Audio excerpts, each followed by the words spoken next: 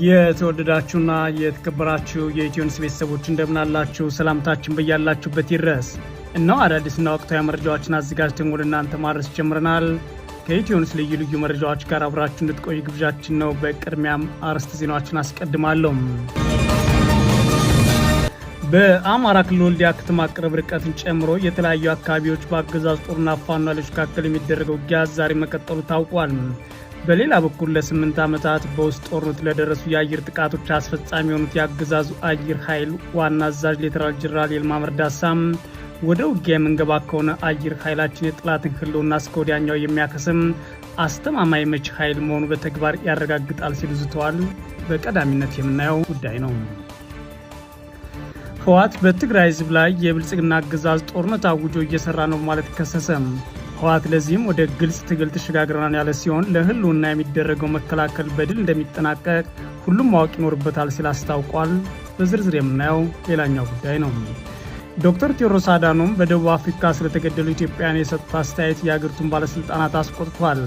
የዓለም ጤና ድርጅት ዋና ዳይሬክተር ዶክተር ቴዎድሮስ አዳኖም ደቡብ አፍሪካ ውስጥ በተገደሉ ኢትዮጵያውያንና ሞዛምቢካውያን ዙሪያ የሰጡት አስተያየት ባለስልጣናቱን ያስቆጣው ለምንድን ነው የሚለውን በዝርዝር እናየዋለን። የኢራን ጦርነት የሚያስቆም ስምምነት እንደተፈረመ ዝርዝሩ በቅርቡ ይፋ ይደረጋል ሲሉ የአሜሪካው ፕሬዝዳንት ትራምፕ ተናግረዋል። ትራምፕ በተጨማሪም አሜሪካ $300 ሚሊዮን ለኢራን ልትሰጥ ነው የሚለውን ጉዳይ ማስተባበላቸውም ተሰምቷል። ይህ በእንዲህ እንዳለ ኢራን በሊባኖስ ላይ የሚፈጸም የእስራኤል ጥቃት ከአሜሪካ ጋር የተደረገውን ስምምነት ጥሰት ያሳያል ብላለች። የተወደዳችሁና የተከበራችሁ የኢትዮኒውስ ቤተሰቦች አብራችሁን ቆዩ። ወደ ዝርዝሩ አልፋለሁ።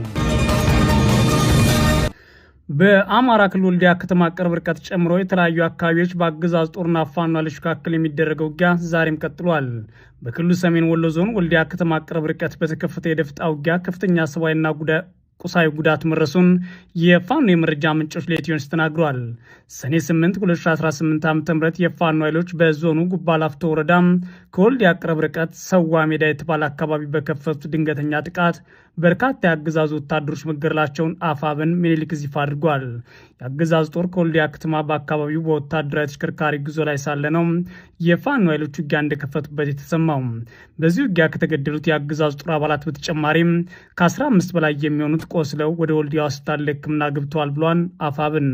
የደፈጣ ጥቃቱን ተከትሎ የአገዛዙ ጦር በአካባቢው በከፈተው ተኩስ አንድ የ9 ዓመት ታዳጊና አንድ አዛውንት መገደላቸውን የመረጃ ምንጮች ተናግረዋል።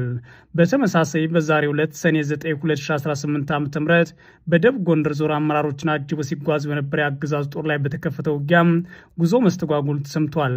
በዞኑ የብልጽግና አመራሮችን ከባህር ዳርና ከወረታ ከተሞች ወደ ደብረ ታቦር አጅቦ ጉዞ ላይ ሳለ አለምበር በተባለ አካባቢ በፋኖ ላይ ተኩስ መከፈቱ ተከትሎ ወደ ወረታ ከተማ ለመመለስ መገደዳቸውን የመረጃ ምንጮች ተናግረዋል። ሆኖም በተከፈተው ውጊያ የደረሰው ጉዳት በተመለከተ ይህ ዘገባ እስከተጠናከረበት ጊዜ ድረስ ለማወቅ አልተቻለም። በክልሉ ሸዋ ቀጠና የተለያዩ አካባቢዎችም በአገዛዙ ጦርና ፋኖ ኃይሎች መካከል ውጊያ ዛሬ መቀጠሉ ተሰምቷል።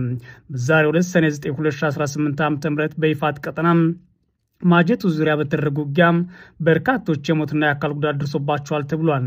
በተለይም የፋኖ ኃይሎች ባደረጉት ውጊያ ከሜሜሴና እንዲሁም ጨፋሮቤት ከተሞች ወደ ማጀቴ ቀጠና የተቀሰቀሰው የአገዛዝ ጦር ላይ ከፍተኛ ጉዳት ተመዝግቧል ሲሉ ነው የመረጃ ምንጮች የተናገሩትም።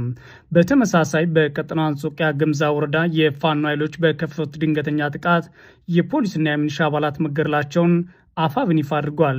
የፋኖ ኃይሎች ሰኔ 8 2018 ዓ.ም በወረዳው መኮይ ከተማ በመግባት የአገዛዙ የፖሊስ ጣቢያ ላይ ተኩስ በመክፈት ጉዳት አርሰዋል ተብሏል።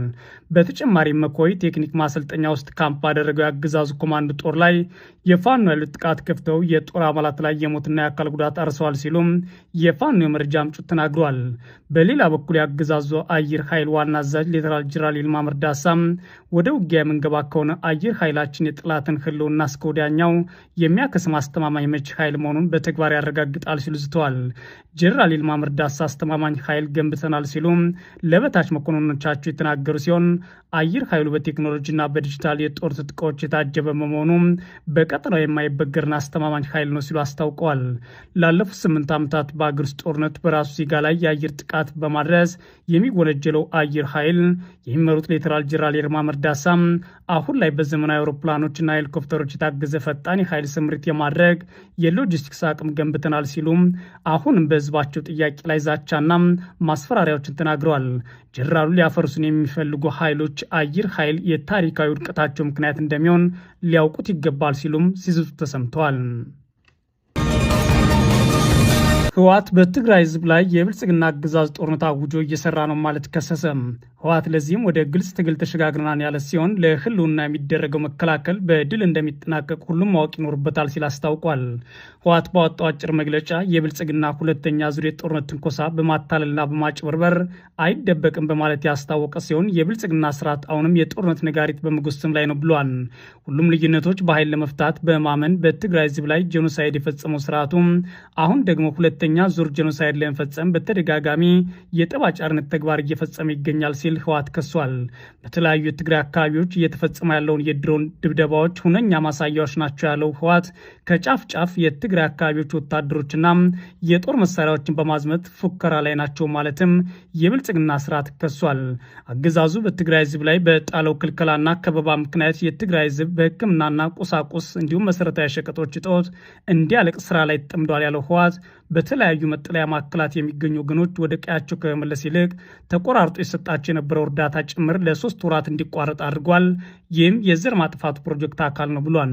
በአጠቃላይ የብልጽግና ስርዓት በትግራይ ህዝብ ላይ ዳግም ጦርነት አውጆ እየሰራ ቢሆንም እስካሁን ወደ ግልጽ ጦርነት ያልተገባበት ምክንያት ግን በትግራይ ህዝብ በኩል ባለው ትዕግስትና በእኛ በኩል ባለው ምክንያታዊነት ነው ብሏል። ህወሓት በመግለጫው ሊበሏት የፈልጓትን አሞራ ጅግራናት ይሏታል እንደሚባለው ተረት የትግራይ ህዝብና መንግስት በከፍተኛ ትዕግስት ሁኔታዎችን እንዲያልፉ በሚሰሩበት ሁኔታ ግን የብልጽግና ስርዓት የትግራይን ህዝብ በጠብጫሪነት ለመክሰስ ክስ እያቀረበ ያለ ሲሆን በወታደራዊ ዝግጅቶቻቸውን በፕሮፓጋንዳ ለማጀብ ባለስልጣናቱ በከፍተኛ ትዕግስት ለሚገኙ የትግራይ ህዝብ እንደ ጠብጫሪነት በመክሰስ የማደናገሪያ ፖለቲካ ህይወታቸውን ገፍተውበታል ሲልም ወንጅሏል።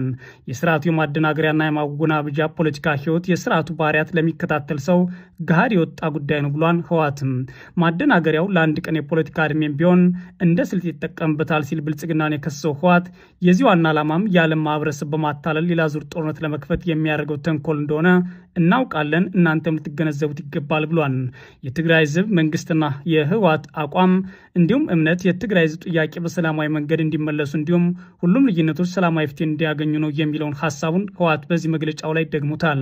ይሁን እንጂ የብልጽግና ስርዓት የትግራይ ህዝብና መንግስት ለሚያሳየው ትዕግስት እንደ ድክመት በመቁጠር የጀመረውን የዘር ማጥፋት ለመጨረስ ተደራራቢ ወታደራዊ ዘመቻዎች እያደረገ ጦርነቶችንም ጀምሯል ማለት ከሷል። የትግራይ ህዝብ በህልውናው ላይ ለሚሰነዘርበት የጄኖሳይድ ዘመቻ ራሱን የመከላከል ተፈጥሯዊ መብቱን በመጠቀም ህልውናውን ለማረጋገጥ ዛሬም እንደ ትላንትናው በጽናት ይመክታል ማለት ህወሓት ደምድሟል። ለህልውናው የሚደረገው መከላከል በድል እንደሚጠናቀቅ ሁሉም ማወቅ ያለበት ጉዳይ ነው ያለው ህወሓት የብልጽግና ስርዓት የሚያደርገው እንቅስቃሴ በመገንዘብ ሁሉም የትግራይ ህዝብ ከትግራይ የመከላከል ወይም ደግሞ የመከታ አቅሞች በመሰለፍ ደህንነቱን ማረጋገጥ ይኖርበታልም ሲል አሳስቧል። ህወሓት ጨምሮም ዛሬም እንደ ትላንቱ ከሁሉም የመከታ አቅሞች በመሰለፍ ህልውናን ለማረጋገጥ የራስን እድል በራስ የመወሰን በሚደረገው ትግል